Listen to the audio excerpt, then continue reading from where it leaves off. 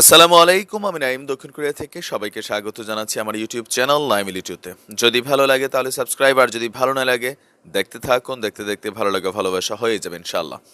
দর্শক, media face হচ্ছে এমন একটা জায়গা যে ধরেন আপনি যদি একজন অপরিচিত কোনো ব্যক্তিত্ব হন, আর বাংলাদেশের মূলধারার গণমাধ্যম বা মিডিয়াগুলো যদি চায় আপনাকে রাতারাতি পরিচিত করে দিতে পারবে।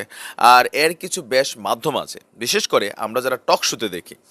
ধরেন এখন মিডিয়াতে করে কি, বিভিন্ন বিষয়ে যখন বাংলাদেশে কোনো ক্রাইম হয় অথবা কোনো ঘটনা হয়, তো তারা এই ব্যাপারগুলোকে জানার জন্য কিছু কিছু ব্যক্তি বিশেষ থেকে আপনার অনুভূতিগুলো নেয় বা মতামতগুলো নেয় বা পরামর্শ নেয়। তো আমরা খবর দেখতে দেখতে দেখতে দেখতে তখন কিছু কিছু মানুষকে চিনে নিই যে অমুক ব্যক্তি তমুক, তমুক ব্যক্তি তমুক, তমুক মানুষটা ভালো কথা বলে, অমুক মানুষটা খারাপ কথা বলে বা চাটুকারিতা করে। তেমনি একটা মিডিয়া ফেস হচ্ছে সাংবাদিক শাহরিয়ার কবির। না, এমনিতে তিনি বড় একজন সাংবাদিক, বাট তাকে কিন্তু আমজনতা ওনার সাংবাদিকতার কারণে আমজনতা চিনে না। সাংবাদিক লাইনে যারা হাঁটে তারা চিনে। যেমন ধরেন, এই দেশে অনেক পীর অলি বুজুর্গ বাবা আছে, আমি নর্মালি তাদেরকে চিনি না, কিন্তু যেই ছাত্রটা এই হুজুরি লাইনে পড়াশোনা করে সে হয়তো তাদেরকে চিনে, কারণ হচ্ছে কি আমার ওইটা লাইন না। তো যার কারণে সাংবাদিকতার মাধ্যমে শাহরিয়ার কবির তিনি কিন্তু আমজনতার কাছে পৌঁছাননি। তিনি পৌঁছেছেন কেমনে? মিডিয়ার কল্যাণে।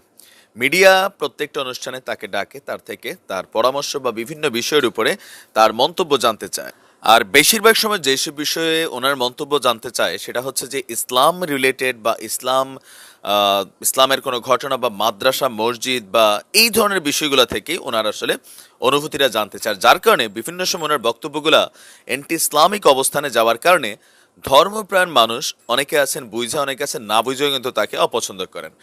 আর স্বাধীনতা যুদ্ধে আসছি, আমরা মেইন ফোকাসে আসছি, এগুলো না বললে আপনি বুঝবেন না ফোকাসটা কেন।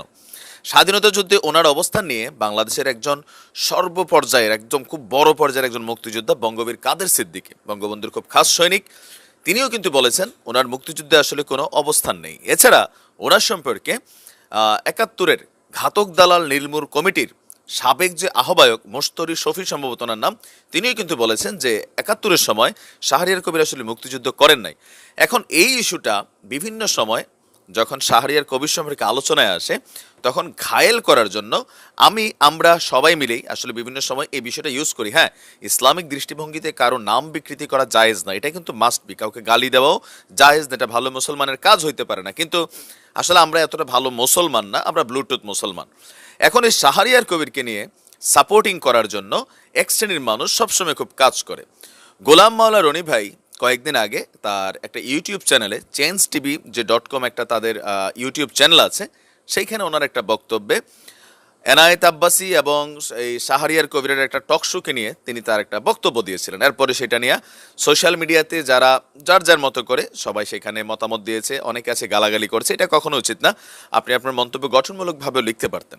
এখন এগুলো যখন হয়েছে, এর পরবর্তী সময় তিনি গতকালকে আরেকটা ভিডিও দিয়েছেন, আর তার ফেসবুকে তিনি একটা পোস্ট করেছেন, যারা আমজনতা আছে তাদেরকে উদ্দেশ্য করে একটু বাজে টাইপের পোস্টই করেছেন, বাট গঠনমূলকভাবে উনি বাসও দেন সুন্দর করে।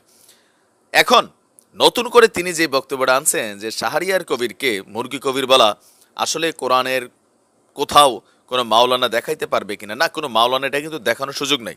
আর এটা রনি ভাই ভালো করে জানেন যে কোনো মাওলানা এটা দেখাইতে পারবে না। এখন হ্যাঁ, মাওলানাদের আমিও সেটাও বলবো যে মাওলানারা শাহরিয়ার কবিরকে মুরগি কবির বলবে, সেটা উচিত না। কিন্তু শাহরিয়ার কবির যখন বাংলাদেশের ইসলামিক শিক্ষা ব্যবস্থা নিয়ে বা বিভিন্ন বিষয়ে হুজুরদেরকে টার্গেট করে যখন একদম মানে ওভার অ্যাক্টিভিটিস দেখায়, তখন তো শাহরিয়ার কবির সম্পর্কে আপনার এরকম বক্তব্য আমরা কখনো শুনি নাই। ইসলাম সম্পর্কে এই দেশের প্রত্যেকটা মানুষ যারা ধর্মপ্রাণ মুসল্লি, আমরা কেউ আওয়ামী লীগ করি, কেউ বিএনপি করি, কেউ জাতীয় পার্টি করি, কেউ জামাত করে, বাট ইসলামের পক্ষে কথা তো সবাইকে বলতে হবে। প্রত্যেক দলের যারা লিডার আছেন তারা কিন্তু ধর্মকে প্রাধান্য দিয়েই রাজনীতি করেছেন। কর্মীদের মধ্যে ধর্মীয় অনুভূতির চেতনাটা কিন্তু রাখছেন। অসাম্প্রদায়িক বাংলাদেশ তৈরি এক জিনিস, আর ধর্মীয় অনুভূতি ব্যক্তিগত জীবনে কর্মীদের চরিত্রে রাখার জন্য কিন্তু চেষ্টা করছেন। আমাদের নেত্রীদের মধ্যে আমরা সেটা কিন্তু দেখতে পাই। তো সেই ক্ষেত্রে গোলাম মাওলা রনি ভাই, আপনি যখন হুজুরদের সমালোচনাটায় হঠাৎ করে আপনার এই যে আরেকটা রূপ বের হইলো, পোল্টিবাজি রূপ, আপনি যতই এখন মাছ মোজ দিয়ে ঢাকেন, এটা আসলে কাজে দিবে না। আপনি অন্তত শাহরিয়ার কবিরের মতন কিছু মানুষ তো আছে, কালকে হয়তো আপনিও যে কোরআন প্রীতিতে আপনি চলে যাবেন। এই দেশের সকল কিছুর একটা কোরআন আছে, আমজনতার কোনো কোরাম নাই, একদম আমজনতার। আপনি দেখেন যে শ্রমিকদের কোরাম আছে, গার্মেন্টস শ্রমিকদের কোরাম আছে, হুজুরদেরও কোরাম আছে, তারপর কোটাওয়ালাদেরও কোরাম আছে, সবাই কোরামে কোরামে হাঁটে। পুলিশদেরও কোরাম আছে, র্যাবেরও আছে, এই দেশের রাজনৈতিক দলগুলোরও কোরাম আছে। দ্যাট মিনস এখন রনি ভাই আসলে তাহলে কেন হঠাৎ করে শাহরিয়ার কবিরের এই বিষয়গুলো নিয়ে এতটা একটু করতেছে? এখন এটার কারণ হচ্ছে যে শাহরিয়ার কবির কিন্তু সেই অনেক আগের সাংবাদিক। আমি শাহরিয়ার কবির ভাইকে একটা জিনিস জিজ্ঞেস করতে চাই যে আজকে যতটা আপনারা বঙ্গবন্ধু শেখ মুজিবুর রহমানের প্রতি ভালোবাসা দেখাচ্ছেন, এই ভালোবাসাটা আসলে আগে আপনাদের ভিতর কোথায় ছিল?